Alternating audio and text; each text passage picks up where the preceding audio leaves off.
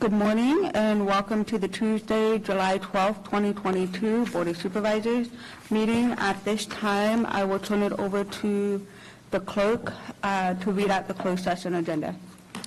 Item number 1, pursuant to Government Code Section 54956.9D1, conference with legal counsel regarding existing litigation, California Sport Fishing Protection Alliance versus Eastern San Joaquin Groundwater Subbasin Sustainability Plan et al.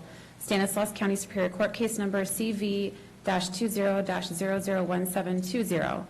Item number 2, public employment pursuant to Government Code Section 54957B1, title, interim county administrative officer. Item number 3, pursuant to Government Code Section 54956.9D2, conference with legal counsel regarding anticipated litigation, one case, significant exposure to litigation. Item number 4, pursuant to Government Code Section 54956.9D2, conference with legal counsel regarding anticipated litigation, one case, significant exposure to litigation. At this time, is there any public comment? Is there any online? There is no online public comment. Okay, and seeing none in the room, at this time, we will convene into closed session and come back at the regular agenda at 9 o'clock.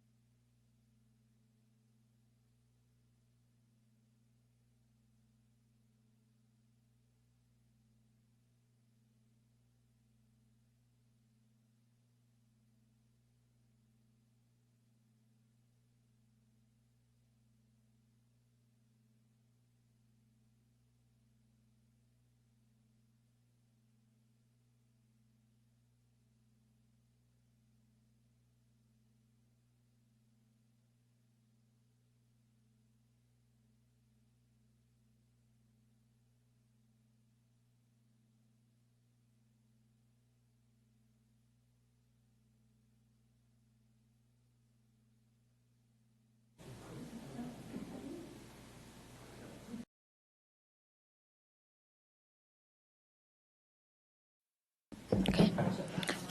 Good morning and welcome back to the Tuesday, July 12th, 2022 Board of Supervisors meeting. If everyone could please stand for the pledge.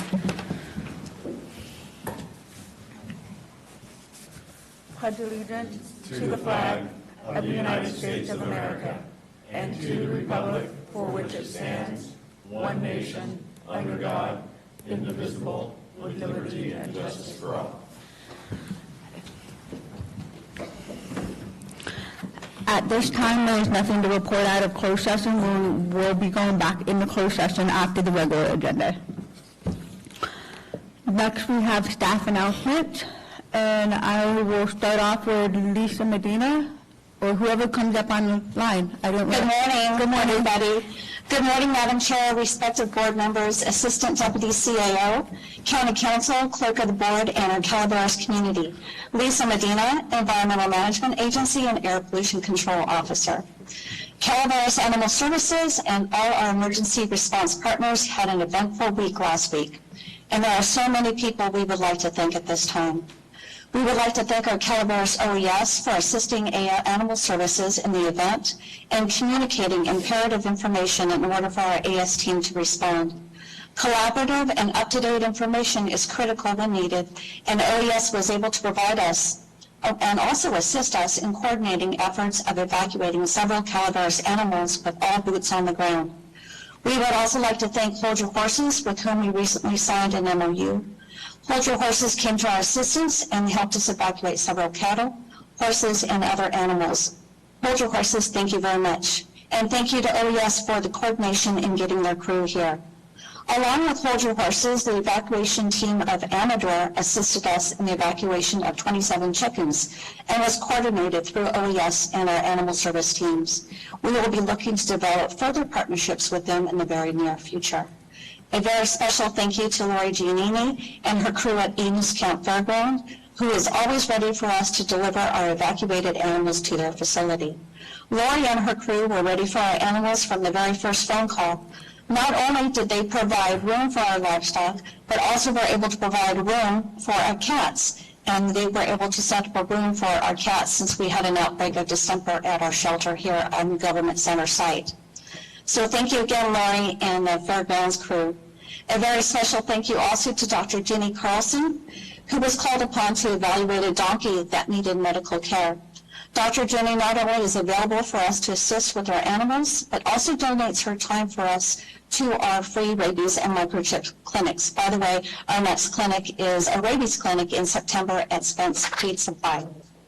We would also like to thank the East Bay SPCA and the San Francisco SPCA, who through communication with our animal service manager, Michael Vasquez, was able to come and pull 40% of our pups to make room for potential evacuated pups. Thank you again, East Bay and San Francisco SPCA and Mike, for your proactive response. And of course, I can't forget our team, our animal service team, a huge shout out and a very proud thank you to them. They were immediately available when the call went out.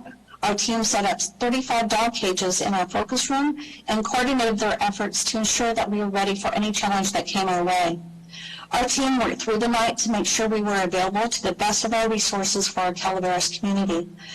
A very special warm hug and thanks to our animal service team, our volunteers, Focus, Public Access TV, our IT crew here on the campus, for their ongoing support and collaboration in getting our message out regarding the evacuation locations through various media outlets. We never know what may come our way, but we promise to be ready, whatever we have to give, including our hearts, sweat, and some happy tears too. Next, I have an announcement as Air Pollution Control Officer for Calaveras County. Our air quality currently is bouncing between 24 and 41 particulate matters, which indicates and demonstrates the air quality is satisfactory and air pollution poses little or no risk within a 24-hour period exposure. Thank you. Have a great day, everybody. Thank you, Lisa. John? Good morning, Madam Chair, board members. John Osborne, your Director of OES. I'll start off with a fire update. As everyone knows, this incident started, specifically the electric incident, started July 4th at 3:44 p.m. At the intersection of Electra Road and Highway 49 in Amador County. As of 7 a.m. this morning, the size of the fire is 4,478 acres. We stand at 93% containment. Full containment is expected on the 16th of this month. Thus far, we've had one first responder injuries, no fatalities, either civilian or responder, no civilian injuries, no structures lost or damaged, and we still have about 452 structures in harm's way. The situation summary: hot and dry weather conditions and lowering daytime relative humidities cause continuing smoldering in stump holes and heavy fuels. Firefighters continue to patrol, mop up hot spots, and reinforce control lines. A fire suppression repair strategy has been implemented, and fire management will be transitioned back to the Amador El Dorado unit, and so there have been some slight changes to the information and media phone numbers, and they are listed in the update should anyone need them. Areas within the fire perimeter itself do remain closed. All other evacuation orders have been reduced to warnings. You can visit the Calaveras County Information Center to see the latest map of where those warnings still exist. That being said, I too would like to extend our deep gratitude and thanks to a few folks. First, Incident Management Team 3 from CAL FIRE. They came in and assumed this incident and did outstanding work in managing a very complex incident, in the sense that not only is it two different counties that this incident took place in, it's two different CAL FIRE units and two different CAL FIRE regions, being the Northern Ops region and the Southern Ops region. So great big thanks to Team 3.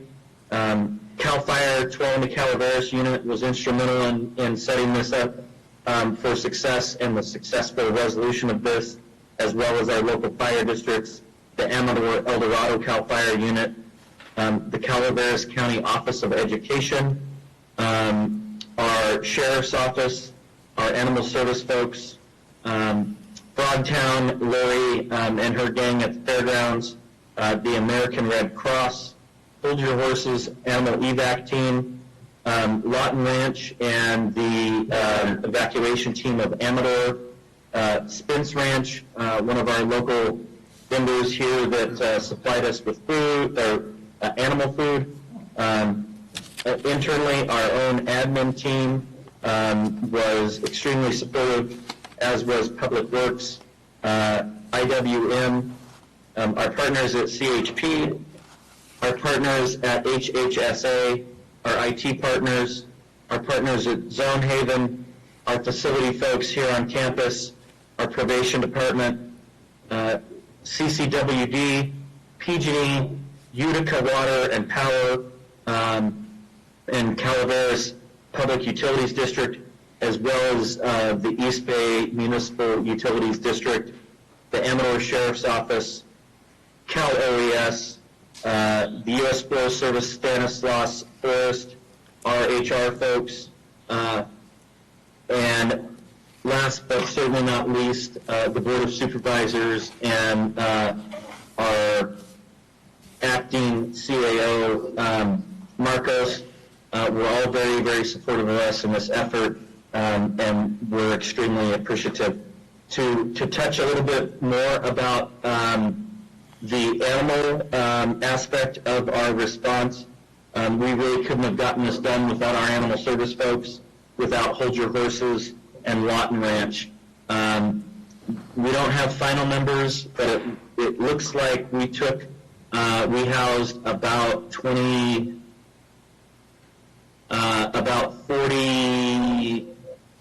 or so animals from our side of the river And then the evacuation team of Amador housed about 150 for us as well, so we're grateful for them.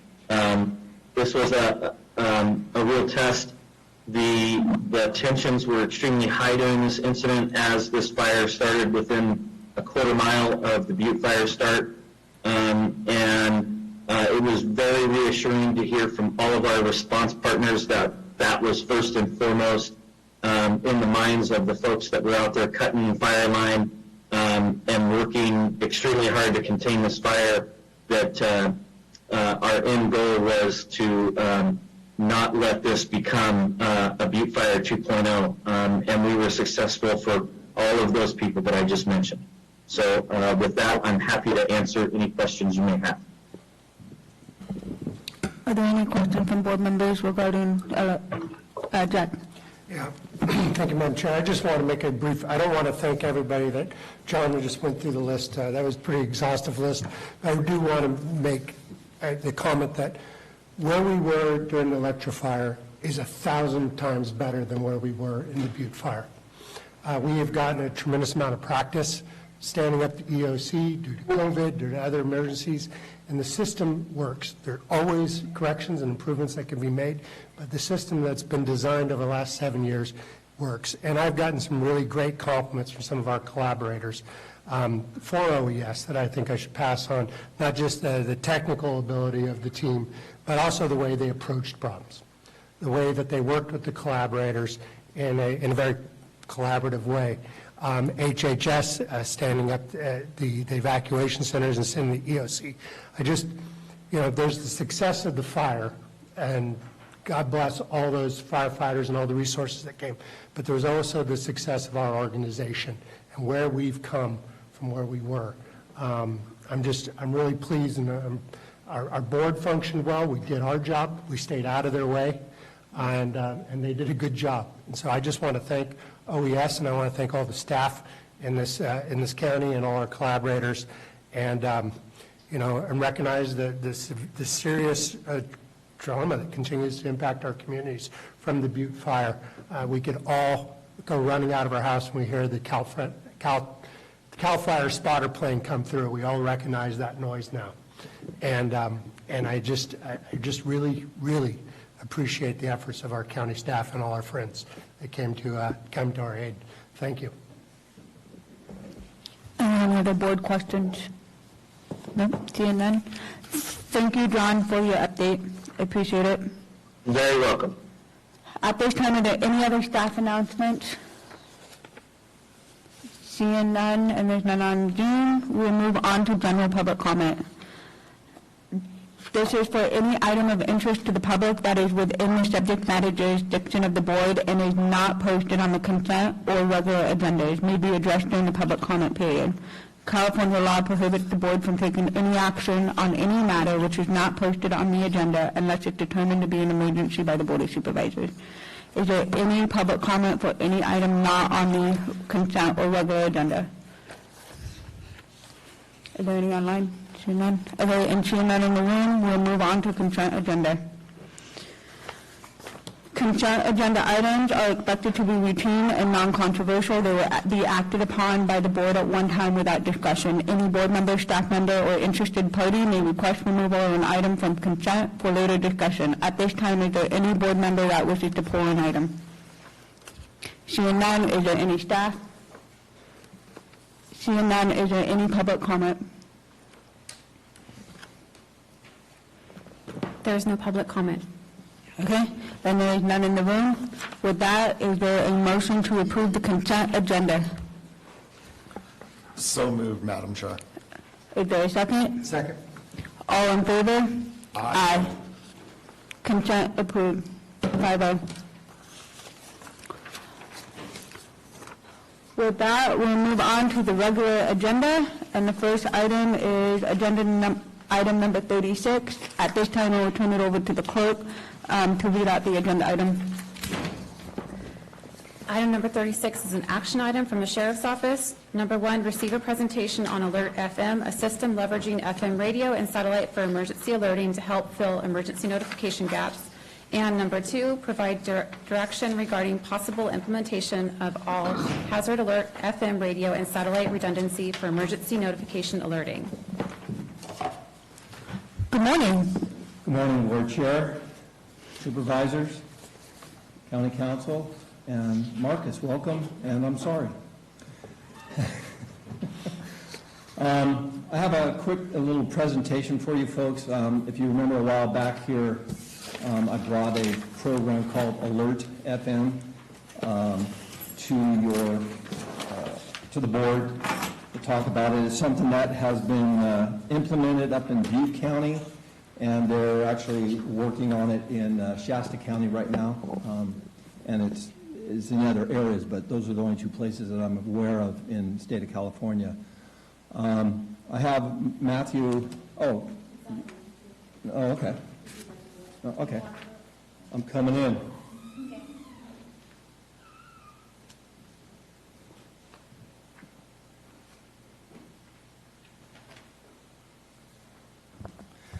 Okay, I don't know, is Matthew online? Is he, okay. Oh, that's okay. So anyhow, this is a program that I want to just bring to your attention yet again with a little bit more detail than what I've brought to you in the past. Just so you know, we'll get to it in the presentation, but John Osborne from OES is working with me on this, and we're looking for some funding. It's going to end up being about a little over $600,000 for the first 5 years. I'm not here looking for money right now. I'm just telling you kind of what we're doing and what the program is all about. That's okay. I get paid by the hour. So do you folks remember the FM Alert program that I brought to you? Remember the little unit that I showed to you? Okay. I actually got an email from, there we go.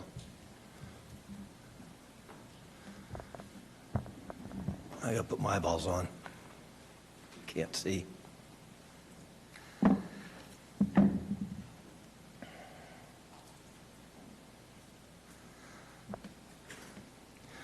Okay.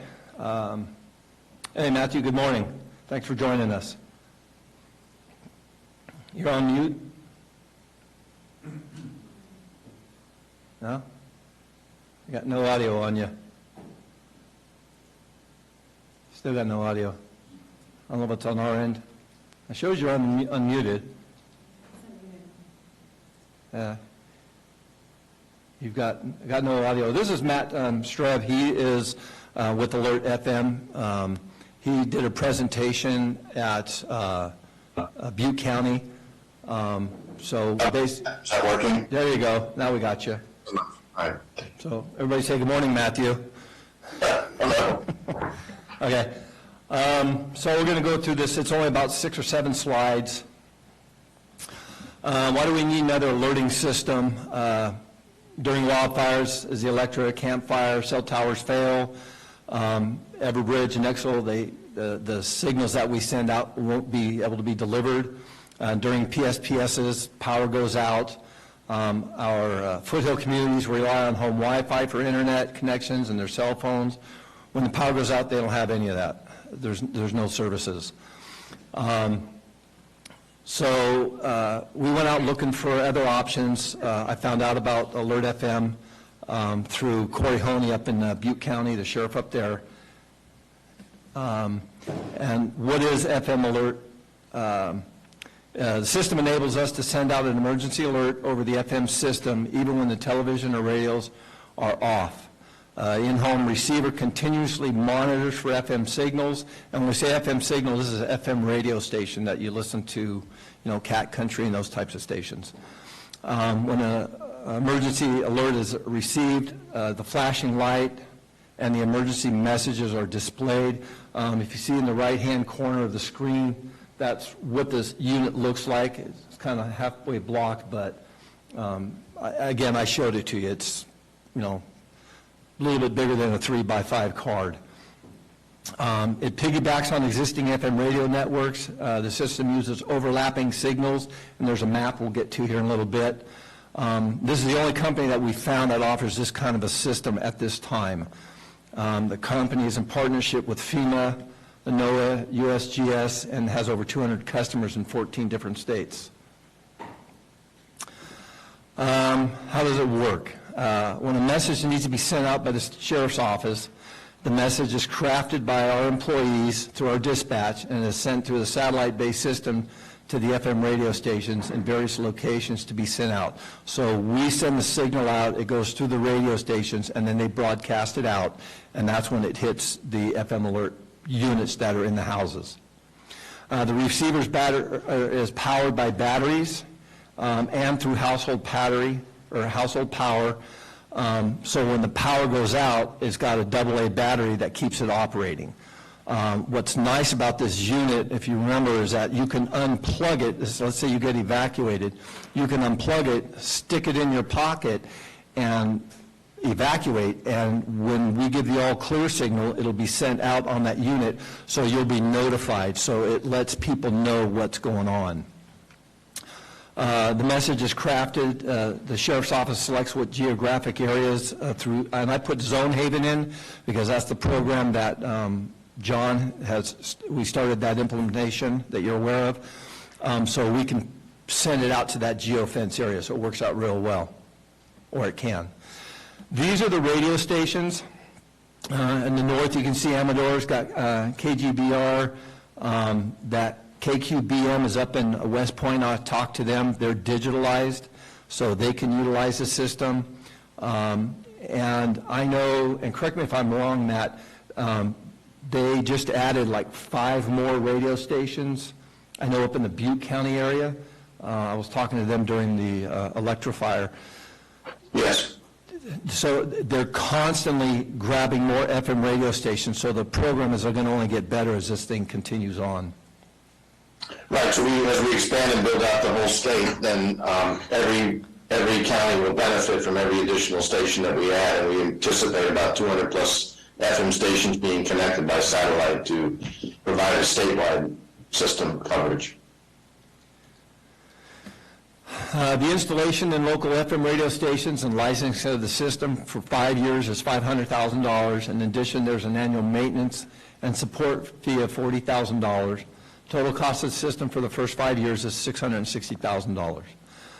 The residential in-home receivers are at 99. I know that, like I said earlier, I got an email from Matthew that they would be willing to drop it down to, I think, 69. And then if you're going to put it in, like if you want to put it here in the board chambers or in this office, it's a bigger unit. I think it's like $399. The sheriff's office would like each home within our foothill communities to have the alert system, especially in the PSPS areas, which is the level 2, level 3 areas. Because the power goes out, you know, PG&E's been shutting off the powers in past history, this would allow them to still have access to the emergency information that they wouldn't have unless they had a generator that powered their house, because if they shut it down, cell towers may go out because AT&T and Verizon has their generators, but if they're not up and running, they've got no services on their phone, so they can't get the Nexel or the Code Reds.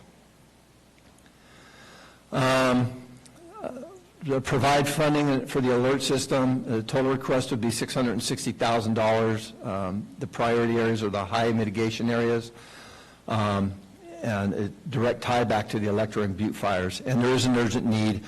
I know that in talking to Butte County, it took them about a year to get their program up and running. Again, during the Electra fire, I talked to their sergeant that's in charge of their program, and they've actually used it 3 times since they got up and running, and they said it works very well. Again, it's dependent on how many people buy the unit. If they don't have the unit, then obviously it's not going to work for them. I've talked to PG&E. We're still in conversations with them to see if we can get some funding from them. I know John's going to be talking to FEMA. We're going to be looking for some grants to help fund this program. Again, I'm not asking for money out of you guys, and I'm not asking for AB 443 money, Gary. Any questions on the program? Ben? You brought up one of my main questions with that. each person needs to be able to purchase this small unit to be able to receive this beyond what the cost is, cost of implementation, $500,000 initially, $40,000 recurring year after year. Right. I'm curious, you brought up at the very end, how many people in Butte County have actually purchased this unit? Do we have those numbers? Well, what I can tell you is that when their board approved it and they went through PG&E gave Butte County $100,000 because of the fire that they had just had out there, and they took that $100,000 and purchased, I don't remember what the actual number was, maybe Matt can give me a number on that, but About 1,500 units. 1,500 units, and they distributed them to people that are in those danger zones, in the 2 and 3s for the PSPSs, was my understanding.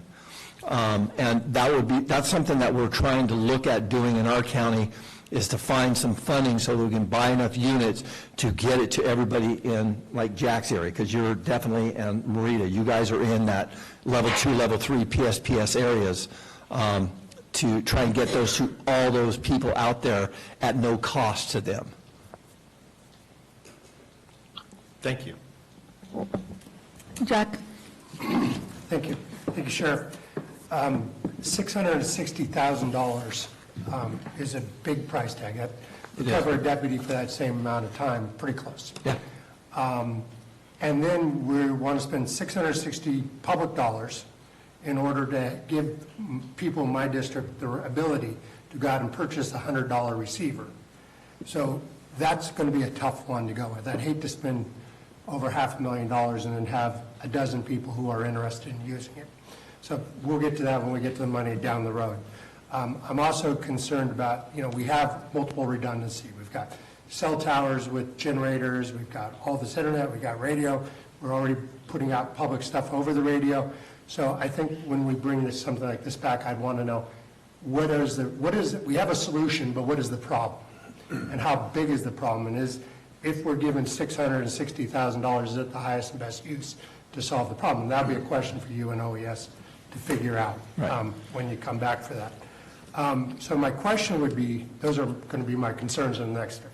My question would be, do these units have microphones in them? These are remotely activated by our government in people's living rooms.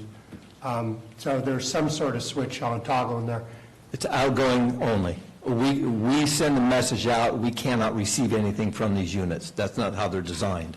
They're designed like an FM. Remember the old transistor radios we used to carry around in our pockets as a kid? That's basically what it is. So you can't talk, I can't hear you. It only goes one way. I hear that, but Conspiracy theory, Jeff? that would be look who I represent. This is Yeah, okay.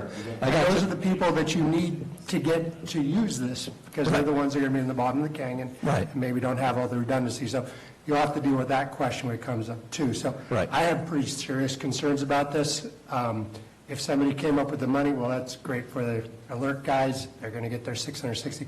I just would be concerned about how many of our residents, unless it's completely subsidized like they did up in Butte County, how it would make sense. Yeah, So well- that's all for the next phase of this Right. conversation, but those will be the questions I'll continue to have. And just so you know, that's my goal, is to find the funding so that we can count how many people are in that PSPS area to purchase those units, to give them those units, so there's no cost to those people in those areas, because they're more affected than anybody else, and to keep those costs down. And then the people that are in the outlying areas that want that system, they can purchase a system. And when we bring this back and you ask for the $660,000, I will ask, is this the highest and best use of over $500,000 for emergency preparedness in our county?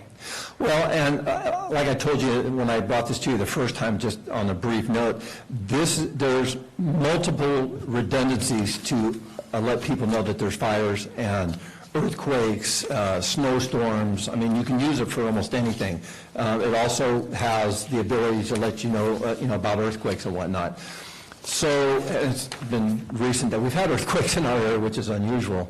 There is no one size fits all for alerting people. We have Everbridge. We have Nixle. This is just another program out there.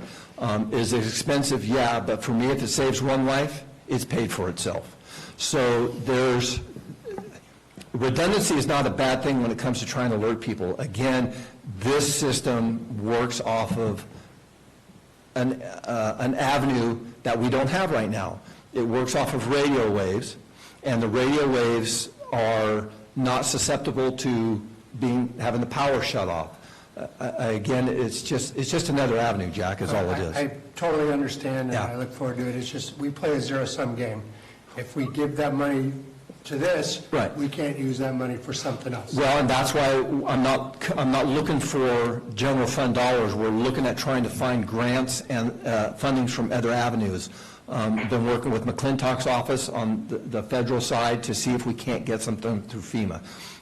I'm looking at other avenues. I'm just bringing this to your attention that this is something, I'm just trying to show you that we're working to try and make things better. John did a fantastic job with the new system that they've got.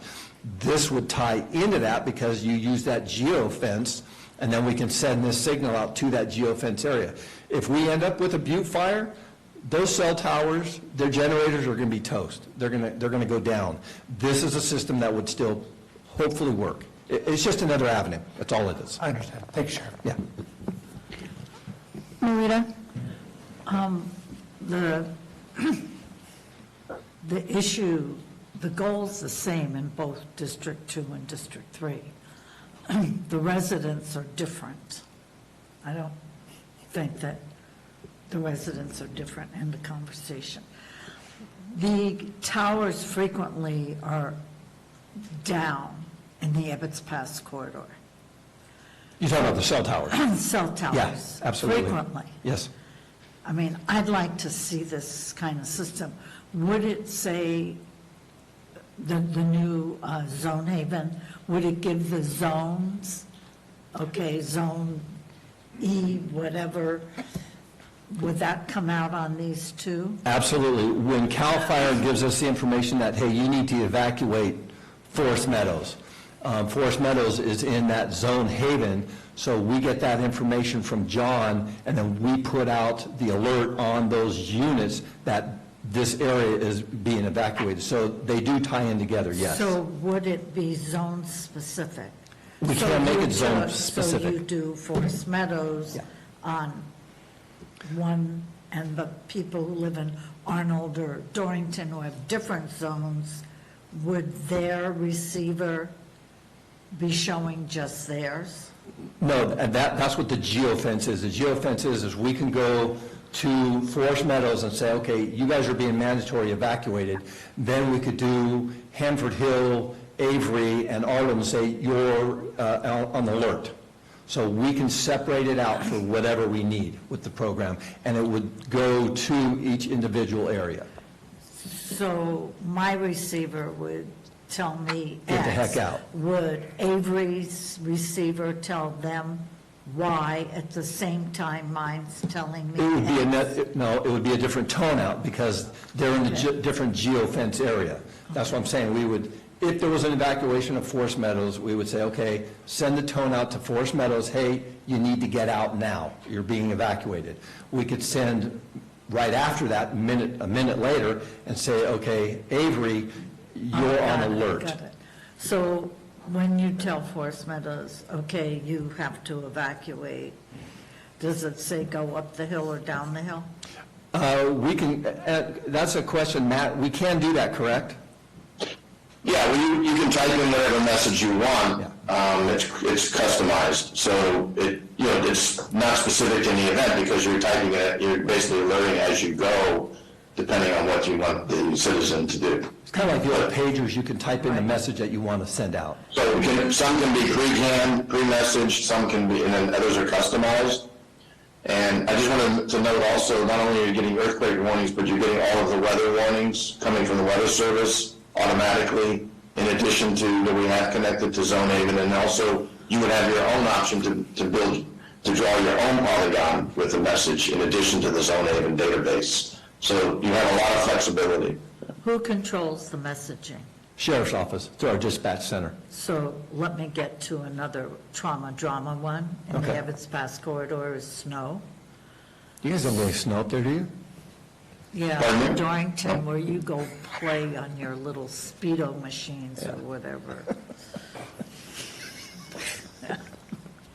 Well, he does. He goes up and he rescues people he knows with. Snowmobiles. She was talking about snowmobiles. Let's be clear. Oh, what did I?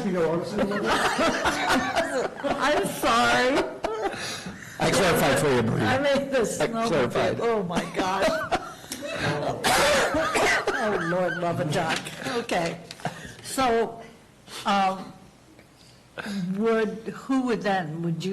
you'd still be doing it then with Public Works? Saying, yes, the snow plows are out in Dorrington, or that is a continual Yeah. issue, and it's getting worse. Yeah, we could absolutely do that if Public Works wanted to call us and say, hey, these roads are going to be closed, or we have plows coming. We can, again, like Matthew just said, we can dictate it to whatever we want the message to say.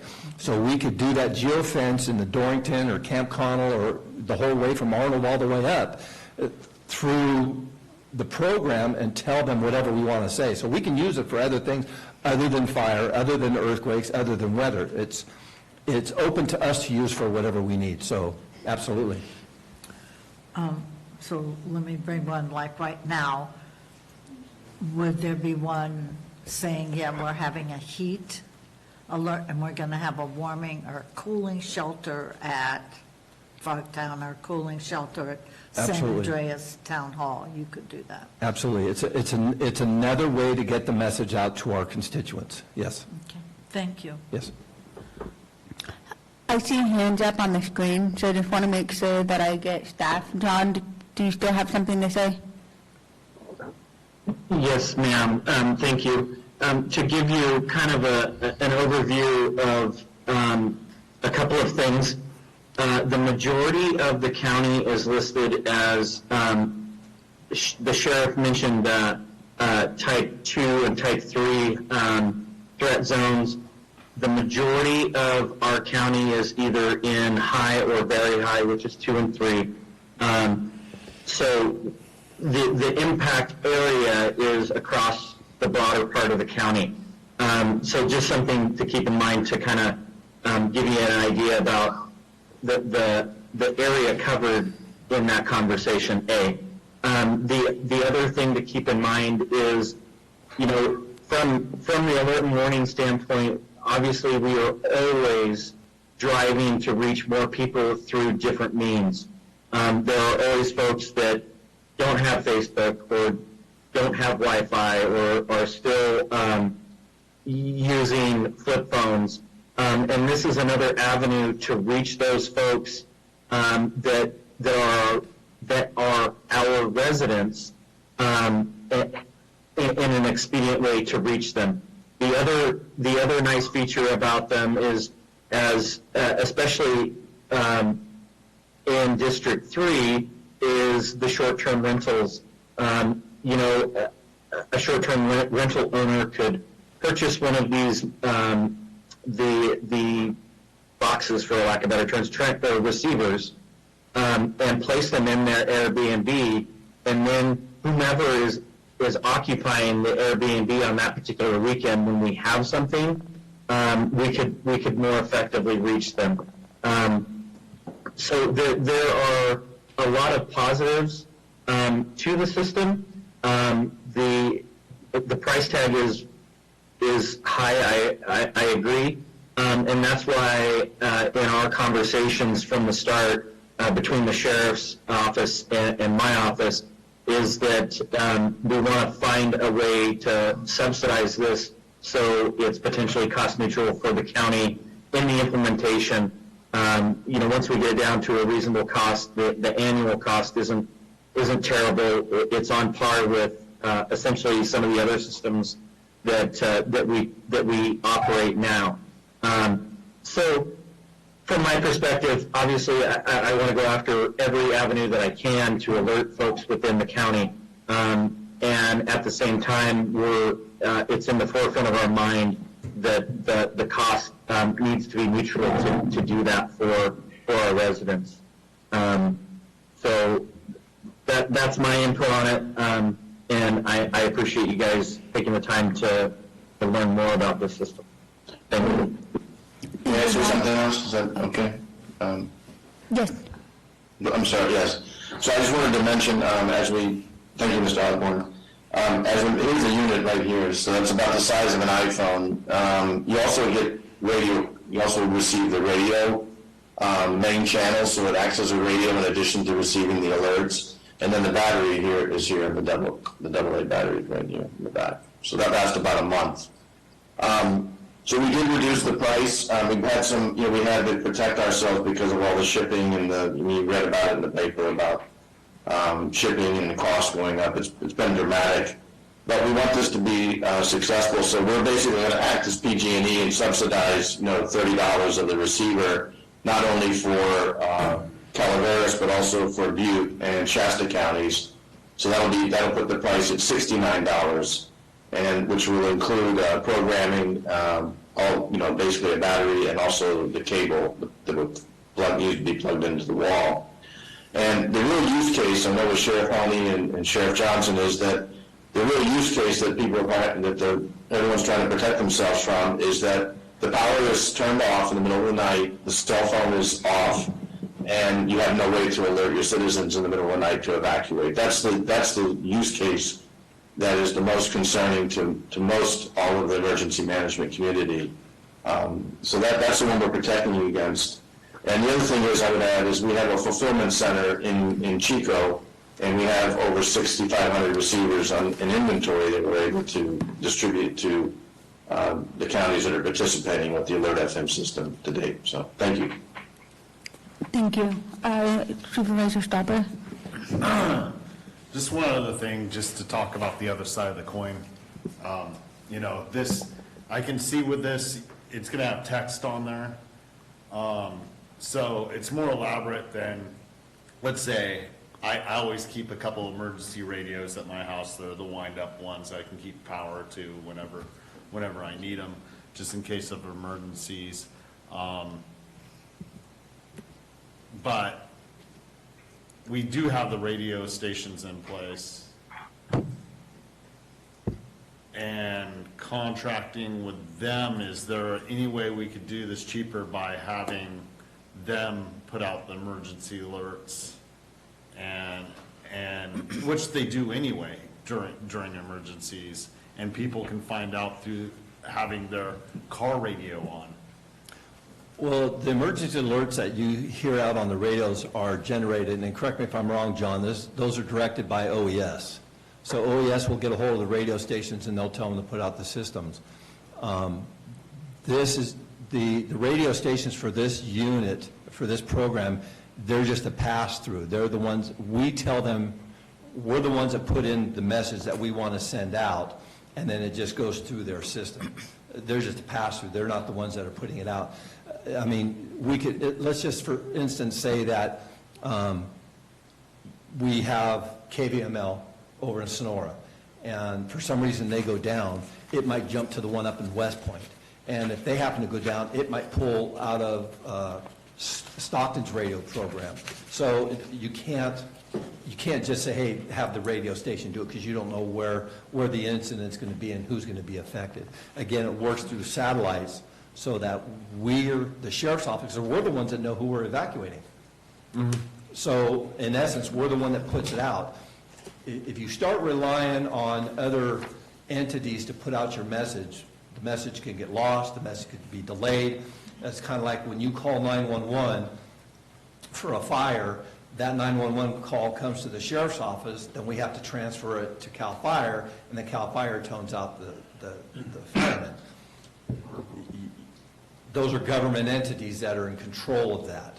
You start putting a private entity in there, you don't know who you've got sitting there or whether they're going to put the message out now or later. So it's a good system that works for us. Thank you, Rick. Yeah. Supervisor Callaway? Would there be a maintenance fee for the units themselves, for the individuals? Like, there'd be a maintenance fee for the county of $40,000 a year. Is there a maintenance fee on top of the 60? I can answer that. Yeah, so basically, that's one of the big advantages. There's no contract or message fee for those receivers. You know, people forget, I mean, I paid $1,000 for this, and I pay about $60 a month. So this is a one-time purchase, and it cost me nothing. So there's no message fee, no contract for the life of the product. What is the life of the product? We designed it for at least 10-plus years of reliability. So it's a 24/7 operation device because we're really broadcasters. So we designed it to 10-plus years. Jack? I would agree with that was my question was, is it going to be like an iPhone upgrade, and in 3 years it's going to slow down and you got to buy a new one? You mentioned the radio broadcasters. Are they required by law, like for the emergency broadcasting system, to participate? Or is it an opt-in thing? Or are we just going to take over their airwaves for them? Well, so basically, there's two paths on the radio station spectrum. One is the main channel, which you hear, and that's where EAS comes across. And I might add is that when EAS is sent out, it's sent out to their whole coverage area, so there's no addressability. So what we're using a sideband that's called radio data system, that's the same data channel that sends out the song and title information to your car radio. So it's inaudible, it's a channel just sitting there that we basically have converted into an alert channel. But to answer your question, we are partners with all the broadcasters. We have endorsements from the California Broadcast Association, from the National Association of Broadcasters. So we originated our company out of broadcasting, and so we have relationships with all of these broadcasters. The thing that's unique about radio broadcasters is generally they live in the community, they know the community, and they're integral to providing emergency information. I've never gotten a message from AT&T to save my life. It's always from the radio or television providers. So they have a vested interest, and that's why they're great partners for what we're accomplish. So they have to opt in, correct? Yeah, they have to opt in. We have never had a problem with a radio station not wanting to participate. I'll put it that Never. way. Never's a long time. Before I even brought this, We have 1,800 stations on the air. before I brought this to you the first time, I actually went over to KVML and talked to Clark Broadcasting, and they were all on board. And when I talked to the radio station up in West Point, same thing, they were all on board. They didn't even hesitate. They said, absolutely. So I can't imagine that they would not want to help. So Alert FM doesn't have any contracts with any of those radio stations? It's just... The answer is yes, we do have contracts. We sign a simple agreement with them that they're going to pass the information.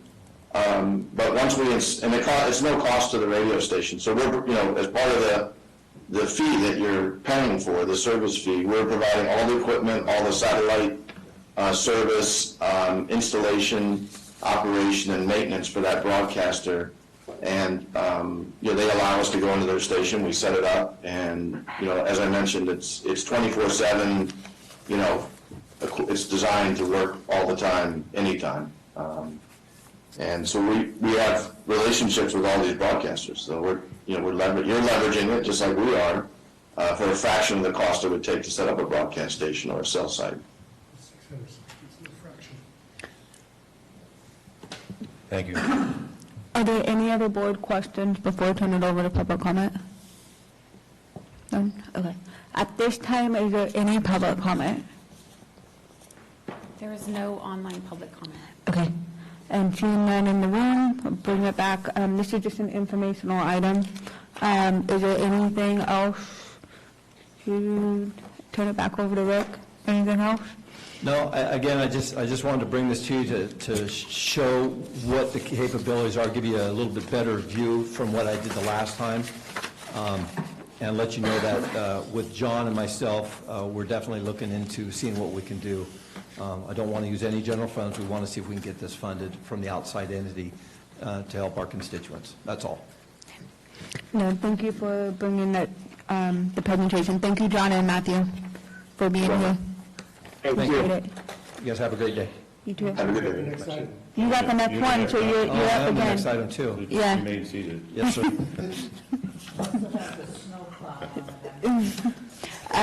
Okay, with that, if there's nothing else, we're going to move on to item number 37. Do you need to come and sit with him as well? Do you want to come up and sit with him?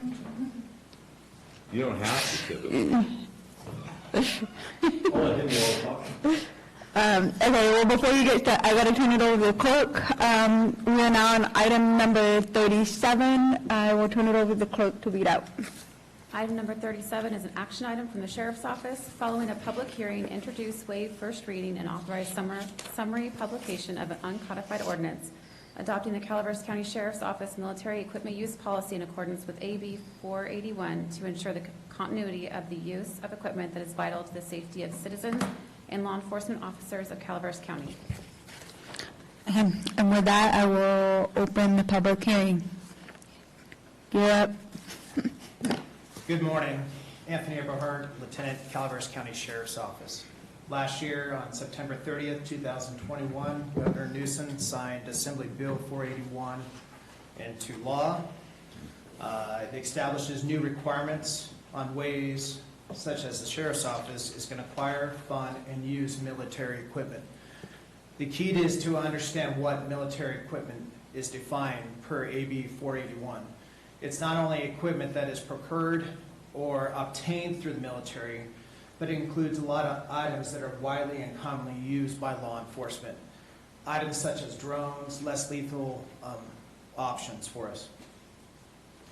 The intent behind 481 is to provide a public forum to discuss the acquisition of military equipment. It requires every law enforcement agency that is seeking to use military equipment must create a military equipment use policy, present the policy in front of yourself and for body approval, and produce annual reports pertaining to the use of military equipment and public complaints regarding its use. Such items are already appropriated through the Sheriff's Office budget.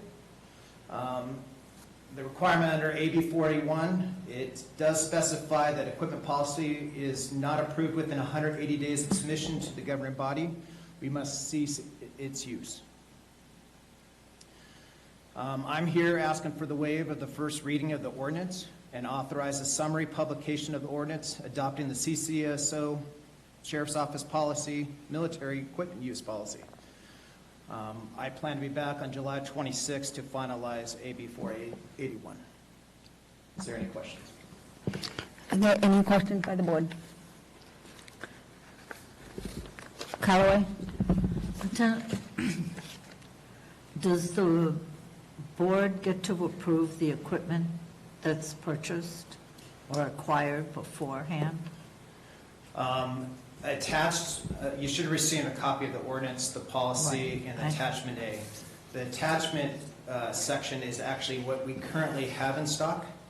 Right. And what we're trying to, if there might be some that we're seeking additional items. The reason why we're seeking additional items is our suppliers, just like we were talking about earlier, it's just hard to come by. We have to plan for an unplanned event, not only in our county, but if a neighboring county asks for our assistance, like from our SWAT team, we have to provide our munitions, our less lethal tools, and we have to plan for that event, especially with some of the movements last year that occurred down in larger areas like Sacramento and San Francisco. We have to plan for those events. Sometimes the numbers they seem a little high for what we might deal with Calaveras County, but there's requirements through less lethal where you have to do so much training, and if you're going to have so many operators, they have to do 2 rounds or 3 rounds. So when we're asking for 10, and if we have 2 or 3 operators putting 2 or 3 rounds to qualify on an annual training, it's needed. But under the ordinance, what's allowed, there's some pretty heavy-duty military equipment on that list. That's correct, but the Sheriff's Office, if you compare to some of the categories, I believe there was 15 or 16 categories that are listed, The sheriff's office doesn't have MRAPs. We don't have some of these other categories that's listed into the ordinance. And Supervisor Callaway, the way that this ordinance, or I'm sorry, the way that the statute, the state statute is structured, the sheriff's office is required to come to the board with a list of what they currently have as well as what they intend to purchase, and that's what they've brought to you today. And then on a year, and then once this policy is in place, if the board does adopt this ordinance, then on a yearly basis, you guys get to come back and with both an updated list of anything that they've acquired, in the past year, and then anything they intend to purchase going forward, as well as the board has to, on a yearly basis, renew the ordinance, which is very bizarre, and I don't think whomever wrote this in the legislature has worked in local government, because that's not a typical procedure, but that's how it goes, so you'll be seeing this on a yearly basis. Yeah, but that's not what this ordinance, I mean, I hear what you're saying, counsel, but the things that are listed includes but not limited to weaponized aircraft, vessels, tracked armored vehicles. I mean. Yes, those are all the pretty types of high- things. Pretty, I'm not saying sophisticated that they can't learn it, but I must say, though, there's some pretty sophisticated military things that are in this ordinance that we Supervisor could Callaway, have. That's a generic, that came from the legislature. Those are the things that we have to bring to you if we're going to get them. Those aren't things that this sheriff's office is going to be getting. I mean, we don't have the capabilities of using track equipment or some of those other items. The list that we have given you is what we have, but what you're seeing in the ordinance or in the bill is generic to cover all what the legislature has decided as classified as military equipment. if you look under attachment A, we're not asking to acquire any of those items. Every year that we must bring, it's my understanding with the ordinance, the attachment part would be an update, like if the sheriff's office is going to seek for that, you would have a say, the final say. That's correct. This is from the state, this is all copied from state legislation. Yes. I mean, Okay, just stay I have consistent, okay. that on here, 481, but and it's exactly what is in the legislation, but, What's on my list? yeah. I don't have any it's- tracking units on my list. No, on the legislation. I just get concerned that, no, yeah, you can take offense. Sheriffs, I mean, we get all these things, these new toys, and they're becoming more sophisticated and more lethal, and That's the that's a purpose. concern I That's the have. purpose of the legislation, Supervisor Callaway, is that if we're going to get that stuff, we have to bring it to you now, to have you approve it or deny it, Prior to its use. prior to its use. Okay, Well, all right, thank you. I'd like to refine on that a little bit. And my question, I'll start off, this is set, AB 481, its intent is to give public the opportunity to input on it. When you're buying stuff, you have to bring it to us anyway. That's right. So this gives them the opportunity.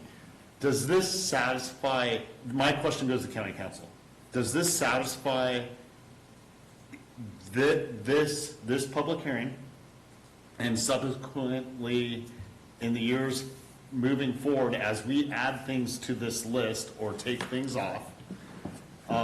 Does this satisfy AB 481 with the public input for them, for people to come in here and say, hey, we protest you having Right. this type of thing in our arsenal within Calaveras County? So this is part of it.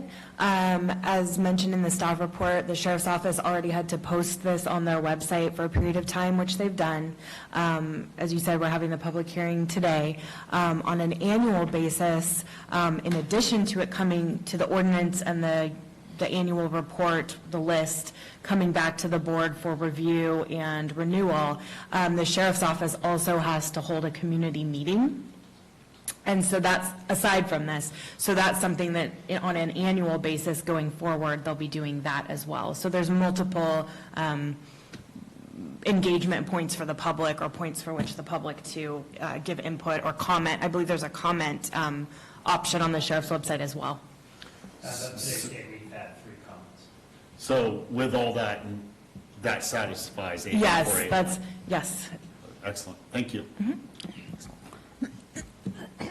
Are there any other board questions, comments? Okay, this is a public hearing. Oh, sorry, Jack? Do you guys have the tools that you need, Lieutenant? I mean, we all watched Uvalde, and it scared all of us. And I know that would never happen in this county, ever. I know our officers, I know their officers, and that's not who we are, but I want to make sure you've got ballistic shields or the long guns that you need to avoid those types of situations where time matters. Supervisor Germany, every year we reevaluate each team and create our own little wish list, our own type of projects. With Assembly Bill 481, it's going to add another step into it. Not only public's going to have a comment, but each one of those memos, each one of us commanders for our respective divisions, we write that and we forward it on to the sheriff, and we prioritize what we have. Of course, we can always use one extra, ballistic shield. We like to have them in every car. Sometimes just giving them with the supervisors, and because supervisors are typically at the same call, we meet that need. I believe we are meeting the needs of everybody and every officer on the streets. If you go through a detachment list, a lot of those items that you're reading, we only have 3. And if we have to do annual training, we might only have one operator that is up to date on its annual use to use that machine or that launcher, so to speak. So it becomes imperative that if we can't get this item because our supplier is on back order, that's why we have an additional item, and they're all under, they're listed as their description and model numbers, where you can actually go online and look them up, so to speak, and we can get this in replace to that. I do understand that some of the items might be redundant. It's just because our suppliers are so backlogged, we're not buying large sum of like LA, Stockton, Sacramento. I will say that Assembly Bill 481, we're right with the processing. I believe City of Angels did it last week. I followed Santa Clara, Stockton, and City of Sacramento. All their policies have been approved and are being used. Thank you very much.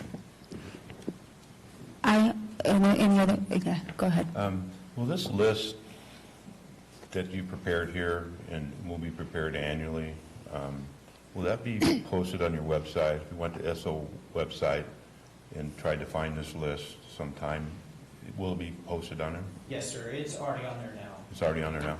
We've had it up there since the tail end of April, I believe the 27th or 29th. We took it down because we made some adjustments and stuff in preparation for today's hearing, our meeting.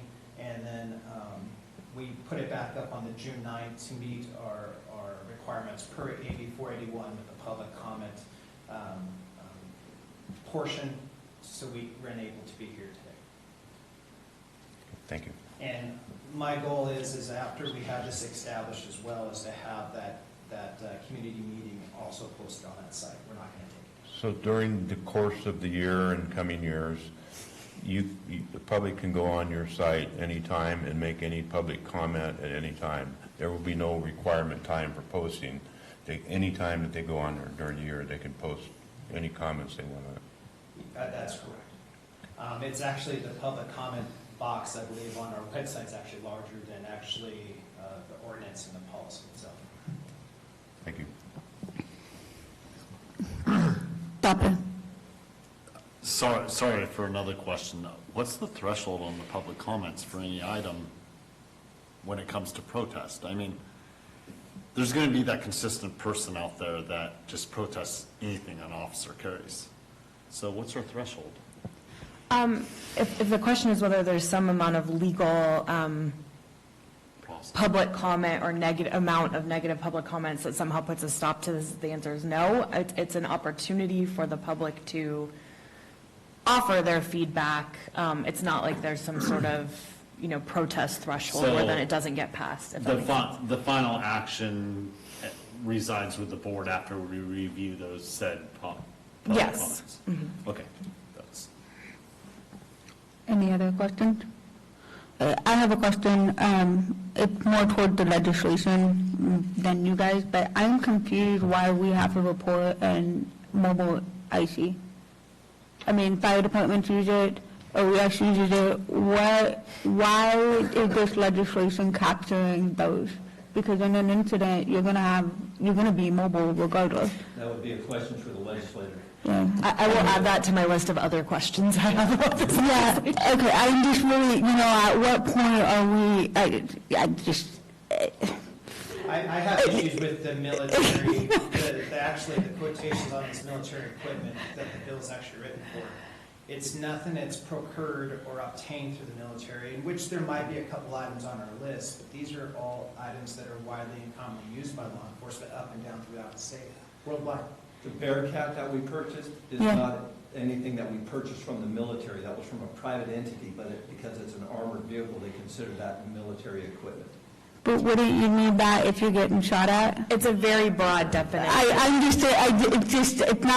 This is just insanity. I mean, like the fire department, I'm just saying, it's, Welcome to our world. I will say, one of the public comments is exactly that.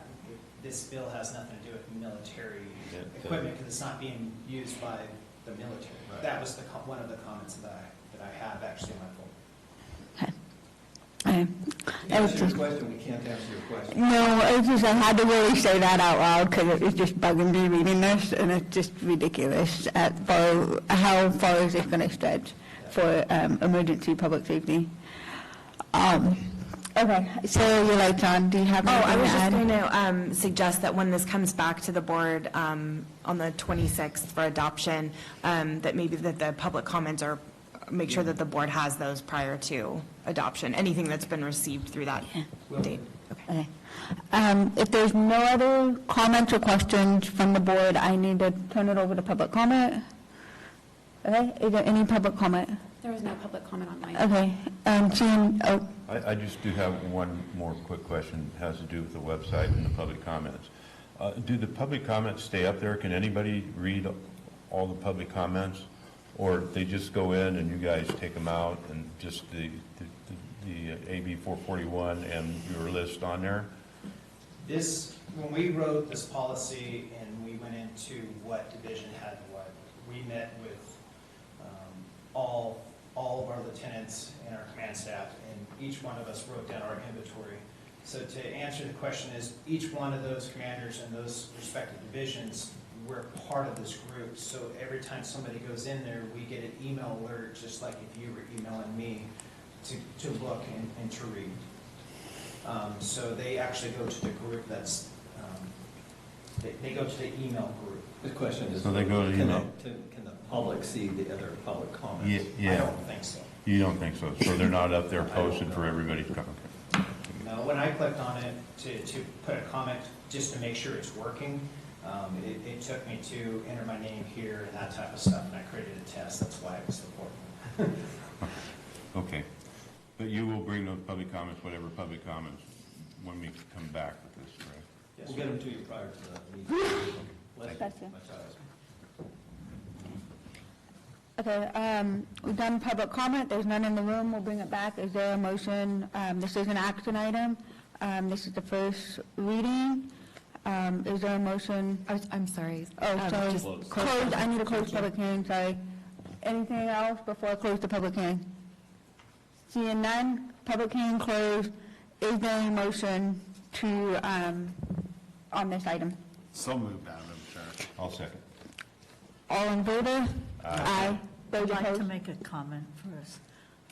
Yes. I'm going to vote for this, but I have a real concern when police departments and sheriff's departments have the ability to purchase military equipment of the caliber that's discussed in the legislation. And again, I think it is a dangerous path to go down. And again, Supervisor, that's what this bill is designed for, so that you have the ability to tell me, I can't purchase it. I'd be happy to. Thank I know you you. will. So, Marita, what's your vote? Okay, so we do have a 5-0. Thank you. Thank you, gentlemen. No, no airplanes that can drop bombs, you can't. Yeah.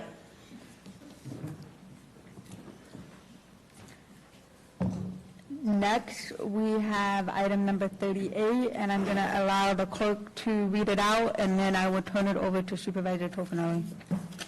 Item number 38 is an informational item from the Administrative Office to receive a report out from Supervisor Toffenelli regarding the Mountain Valley Emergency Medical Services MVEMS agency. Thank you, Madam Clerk, and thank you, Madam Chair.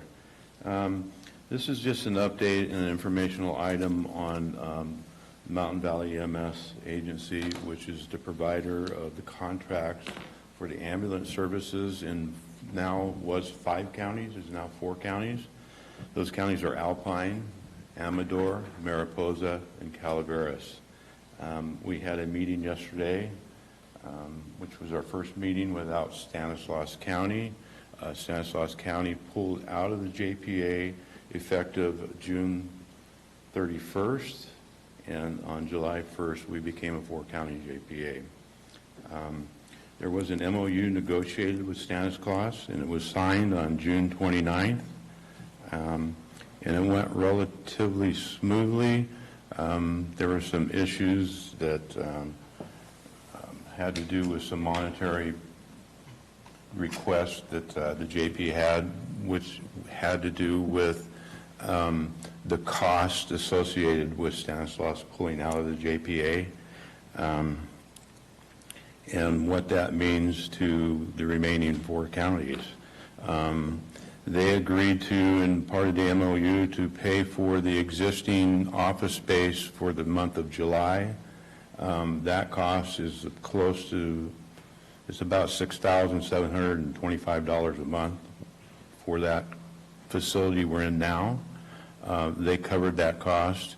We are moving to a facility in Copperopolis at the Lake Tulloch Plaza. The cost of that office space will drop to about $1,275 a month. So it's a huge savings moving forward. There were some issues that we had with the staff that we had in place when Stanislaus County was there. There was about 8 positions that were lost when they pulled out, and part of the compensation that was given to us was the accrued monies that those employees had while they were employed and no longer employed by this JPA, and that Stanislaus would be covering those costs. They agreed to do that, so we recovered money from that, and then we recovered some other money that had to do with the moving, the cost of moving out of the space we're in and moving to Copperopolis. So overall, the amount of funds that were received will be received. They have 30 days to pay. From Stanislaus is about $65,000 total. I had some issues with that. That's another story. But the final MOU is about $65,000 in financial compensation paid to the JPA. There was some staff requirements on our side to meet the MOU with information and transitioning the information that has to do with the contracts that were existing in Stanislaus County with their providers. First Watch data, which has to do with reporting time of ambulances from when they're dispatched to they get to the scene. And all of that data was transferred over to them so they have that in place by July 1st. And that was quite extensive. There was a lot of work staff had to do in order to meet that. But They did that, and it was transferred over, and Stanislaus now is their own EMS agency. One of the issues that we have is, it's not really an issue because people aren't going to see any difference in it. But when Stanislaus left, they had some trauma center hospitals within their county that had to do with transporting people that have stroke or trauma, like car accidents or accidents in nature, that our two hospitals here are not at the level, a trauma level 2 or trauma level 3, that can take those patients. What happens here, our two, which is one in Amador and here in Calaveras, are base, what they call base hospitals. So they, when somebody is in an accident or somebody has a stroke and they're transported here, they just get them maintained. They don't treat them, but they maintain them in order to be transported to a trauma level hospital. Normally, before Stanislaus left, we had contracts with the hospitals in Stanislaus County, which were trauma level 2 and 3, so we were just transported to there. Now that we're out of it, we don't have contracts with those hospitals, but you're not going to see any difference because when the patient comes to our hospitals here or in Amador, the doctors will set up where they're going to be transferred, the best place for them to be transferred to, whether that's Davis, whether that's Lodi Memorial or Stock St. Joseph's, or even to Modesto still now. It's just we won't have contracts in place because of state legislature saying that the local EMS agencies are the ones that have contracts with the local hospitals. And we don't have trauma hospitals here within our 4 counties. So basically, you won't see a whole lot of difference. There won't be a whole lot of difference as far as that goes, but it's just so you know and people understand that we don't have trauma level hospitals here in the remaining 4 counties. I did have a conversation with the hospital, a little bit of a conversation. We haven't gone forward with it, possibly Calaveras moving to a level 2 trauma center. But that's a ways off. There's a lot involved in order to get certified by the state and by our LEMSA. Our LEMSA would have to certify it too in order to get to that level. It's not just something that happens. Yes, Mary? So if someone needs a trauma center, they'll go in Calaveras, they go to Mark Twain initially, and Mark Twain can send them wherever they normally whatever treating doctor is there and decides what's the best place for them to be transported to for what their needs are, we'll set up that and be transferred. So we don't need to have contracts with Lodi or Modesto? At this point, because we don't have trauma level centers in the 4 counties. So they can just state, go yeah, we don't. Only the local ones for those trauma level centers. So we do have contracts with our 2 base level contracts with their base level hospitals, but it's not to do with trauma transporting or stroke. Thank you. Again, the agency will be moving from its current office location to from Modesto to Calaveras. There is currently some minor tenant improvements going on there.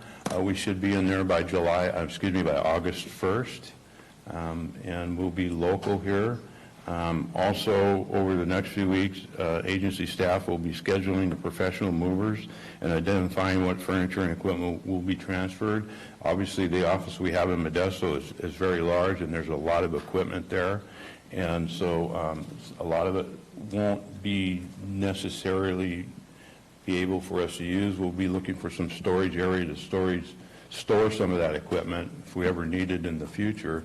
But a lot of that equipment that we're not going to be using in the current office had to do with Stanislaus County and the size of the county they were and the amount of service that was being used there. So we will be moving just what we need there. We were looking for some storage facilities or storage areas for us to be able to store some of that equipment. I want to talk a little bit about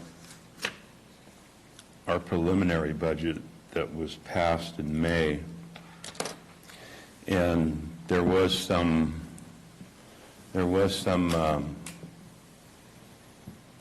comments made about the budget that was passed. And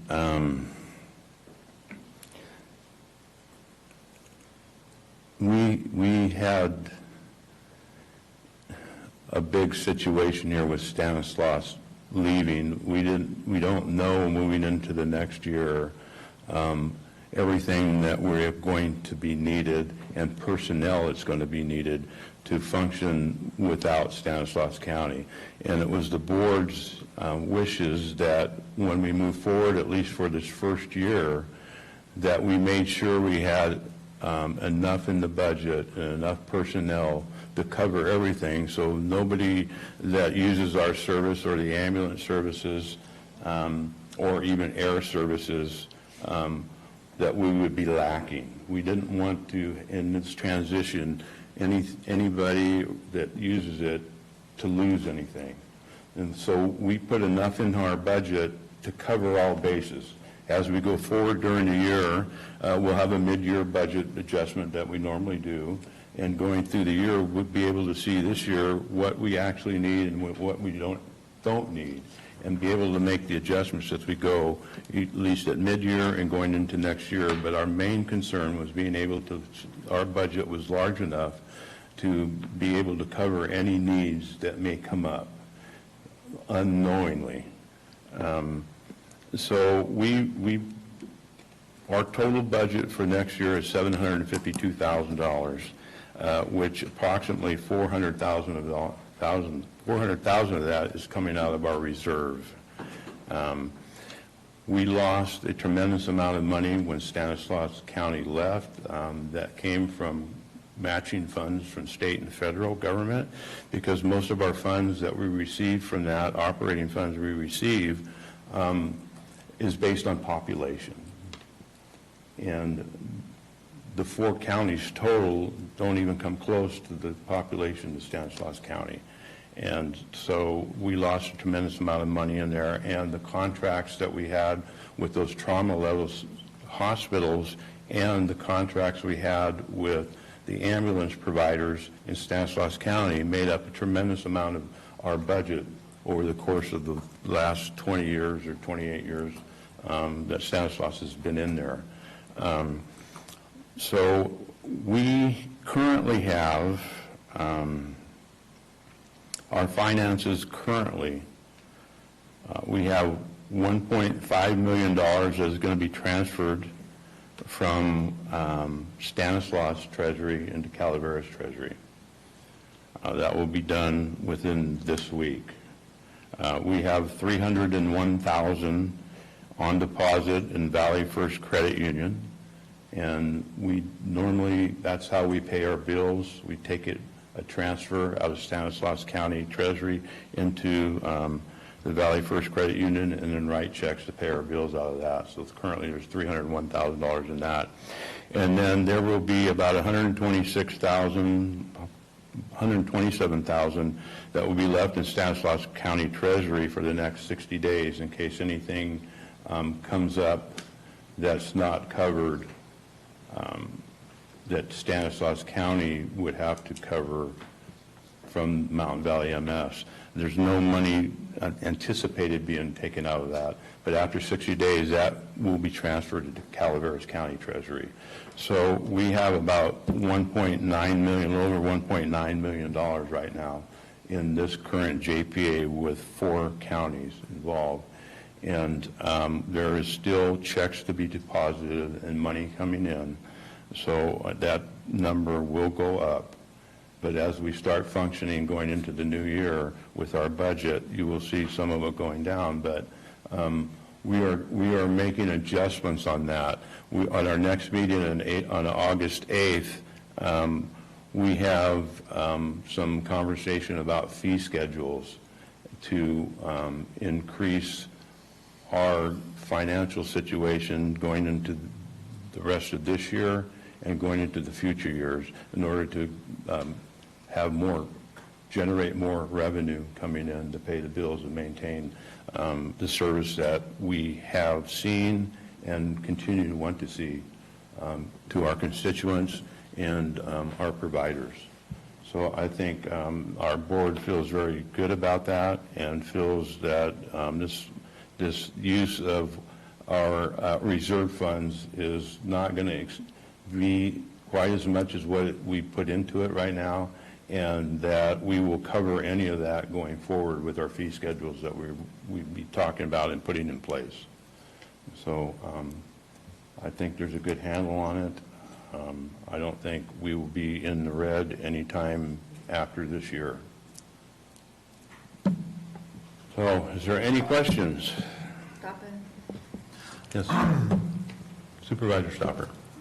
Thank you for your leadership throughout all this, Mr. Toffanelli. Start with, how much longer do we have on the contract with the current ambulance provider? Well, they're different ambulance, each county has their own contracts with the providers. Here in Calaveras, we are with ALA and Ebbets Pass, and we do have a contract with Copper Fire.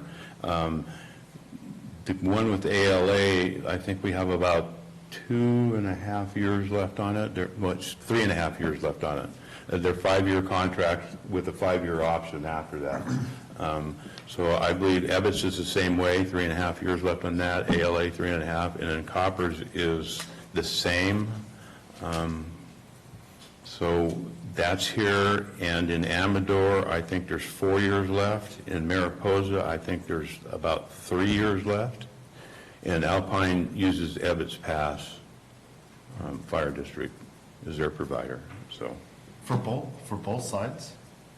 no, just on this side, just on the west side. On the east side, it's over. They have different situations. Different situation. Yeah. Okay, thank you. Yes, Marita. Will there be a cost to the general fund because A of cost this? from us for a general fund? Yeah. There always is. Well, Yeah. there used to be a cost to the general fund, but in 2008, if you remember, in 2009, we put it off onto HSAs, and they pay it right now, our contribution, county contribution to the JPA, which is the matching funds that we get from the state and federal government, and right now it's about $17,000, I think, for Calaveras County. That's all it costs for us to provide the service as a county is about $17,000. Do you think going forward, we will be paying some? I had some conversations about that and able to maintain it, and that was even during some of the conversation during the current budget in May, or preliminary budget, which you haven't adopted a permanent budget yet. That'll come in September, much like we do here at the county. We had that conversation about increasing any costs to the counties, and once we get our fee schedules in place, and we see the amount of money we are going to be collecting from those fees that we're going to be adding on, we'll have a better idea and a judgment whether we would have to increase any funding from the counties or not. It's our intentions to not do that, but it may be that we have to, and if it is, it would be hopefully very minimal as we go forward. But it's a possibility. But the costs, you have to look at the cost of the county. If the county itself had to do this service itself, which is why we joined this JPA, because it was a large amount of money that would have cost us. No, thank you and the board that was a very difficult time. It was very For the difficult, divorce. and it had its highs and lows, and it didn't turn out the way I felt it should have, but there was a lot of different things going on, and some of it, I don't want to put anything on anybody, but some of the comments that were being made, especially after this budget, didn't help. But anyway, Jack. I look forward to hearing those offline. I like what Ben and Marita said. Thank you very much for leading this forward. And they asked most of my questions. My only one thing is for our constituents, there's no change in service currently in the contract, so things haven't changed for our constituents. That's absolutely correct, and that was our intentions as a board, to make sure nothing changed going forward. Thank you. Yes, Yes, Madam Chair. Is there any public comment? Okay, and there's none in the room to bring up. This was an informational item, so if there's no other questions by the board or even staff members for Supervisor Toffenelli? Seeing none? Thank We're you. good? Even online? No hand raised? Okay, awesome. Thank you, Gary. I echo what all the other supervisors have said. I know that was an up and down for the last, last long while. I didn't have any gray hair when it started. Next is item number 39, and I will turn it over to the clerk to read out. Item number 39 is an action item from the clerk of the Board of Supervisors to appoint applicants to serve on various committees, commissions, advisory boards, and county service areas.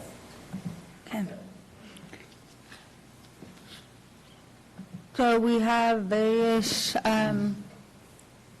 board committees. Is there any, at this time, I'm going to turn it over to any board member that wishes to comment on any of these commission boards. Supervisor Stopper. The Hardwood Advisory Committee, Nate Berner will be great addition. I would appreciate everyone moving forward on that one. Quick question. With the Solid Waste Task Force, we have an open position for all three people? That's my question. I just want to make sure. It seems like we do. Just want to make sure that those Yes. could all be filled. Yes. All right. I'm happy to support every person that's put in an application for the Solid Waste Task Force also. And those are the comments I have at this time. Okay. Are there any other, Jack? Just a quick question. On the Resource Conservation District, usually it comes with a recommendation from their board. They punt that to us. I believe at this time, I was going to comment on that. Thank you for bringing that up. I believe we want to continue this item, that particular C&D, how do you call it? It's not an item, but the board, continue that board. Yeah, so appointment. my understanding that it is one vacancy with 2 applicants. I am not aware of a recommendation from the RCD board. So if the board wanted to do so, you could certainly vote on the other appointments today and defer that and Continue bring the it back. Yes. Can we, if the board would be willing, I would request that we continue the OCD appointment to another time, and in the meantime, approve everyone else. Unless there's a comment from any board member, and then I'll move over to public comment. But if I'm there's, fine with that. okay. And with that, I'll move it over to public comment. Is there any public comment on the, not the OCD, but the current appointment that the board is looking at? And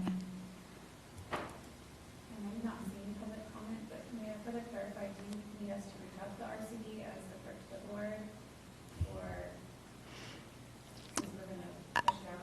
I think so, yes. It might be good to get some clarity so the board is understanding what is the direction of the OCD. You could certainly reach out and see if they have a recommendation or any Yeah. comments. Thank you I for mean, that they're clar- independently elected, they should. Yeah. Okay, but there is no public comment online. Okay, and seeing none in the room, at this time, I'll bring it back to a motion to approve all the appointments and continue the OCD appointment to a later date. So moved, Madam Chair. Is there a second? I'll second. Okay, all in favor? Aye. 5-0. Mary Pitto on the solid waste task.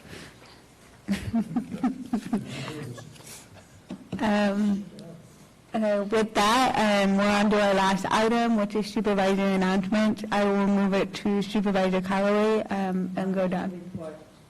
Okay. Jack? Just echoing again, big thank you to everybody who helped out on Electrifier. Thank you. Vice Chair? I have nothing to report, Madam Chair. Stopper? getting hotter.